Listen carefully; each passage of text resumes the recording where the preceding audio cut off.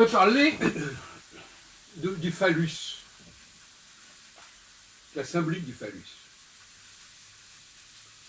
La symbolique du phallus, comme on le sait, c'est l'érection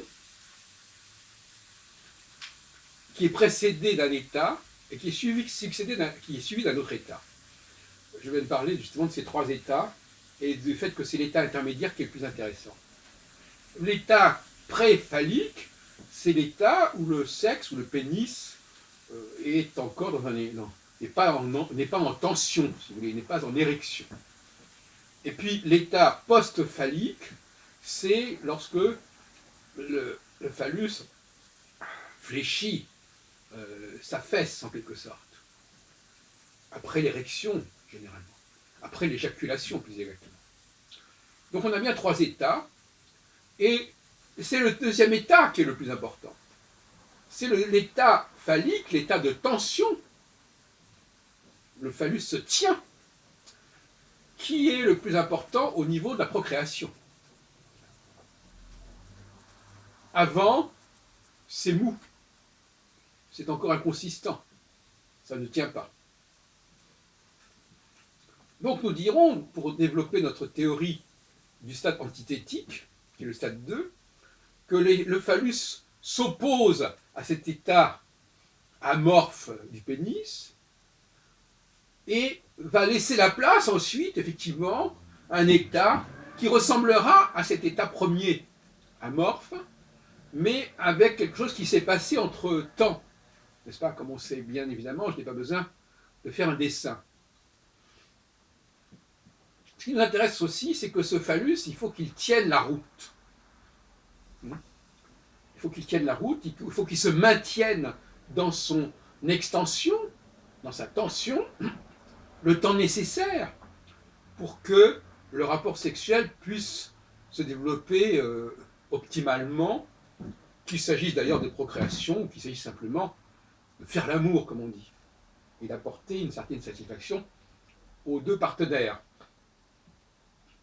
Mais le fait que ce soit l'homme qui soit responsable de la gestion de ce phallus, qu'on le veuille ou non, même si la femme peut y contribuer par la fellation et par d'autres choses, mais néanmoins, c'est quand même à l'homme de garder, c'est lui le responsable de la bonne tenue, si on peut dire, du phallus. Et on peut se poser la question de savoir justement si ça n'est pas là l'une des clés du psychisme humain masculin, que de pouvoir garder la distance, pouvoir tenir la distance suffisamment, sans fléchir, c'est le cas de le dire, sans fléchir. Et il semble que c'est une expérience qui n'est pas donnée à la femme.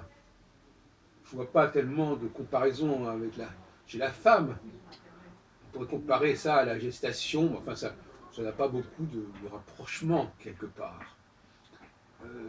Cette nécessité, c'est même pas nécessairement une question de volonté, c'est aussi une question de capacité, de possibilité, de potentialité. Ce qu'on dit un homme qui est puissant ou impuissant. Donc il faut pouvoir y arriver, il faut pouvoir passer au stade 2 et pouvoir s'y maintenir, s'y tenir. Et ça, c'est toute une philosophie sous-jacente au masculin, parce que pour moi, il n'y a pas de philosophie universelle, il y a une philosophie sexuée, philosophie masculine, virile, de la tension, du maintien de la direction. Dans le mot direction, l'idée de rectitude, ce qui est droit, la bonne direction, ce qui est droit, ce qui avance bien, qui est bien orienté. Et la femme n'a pas cette expérience qui met en évidence la volonté, la persévérance, le maintien des choses.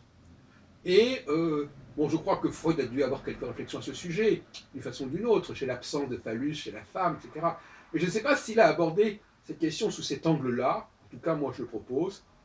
Je ne cherche pas forcément à innover. Néanmoins, quoique. Donc, il y a cet enseignement phallique, qui d'ailleurs n'est pas quelque chose qui est donné à l'enfant, au garçon. Même si l'on peut imaginer des masturbations qui effectivement conduisent à ces trois états.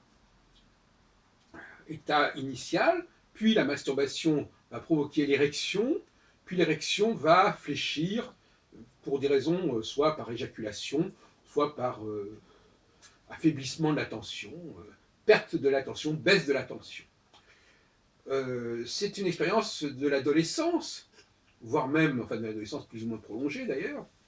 C'est une expérience d'un certain âge tout de même, et c'est une expérience tout à fait fondatrice quelque part, sur lequel il faudrait réfléchir davantage.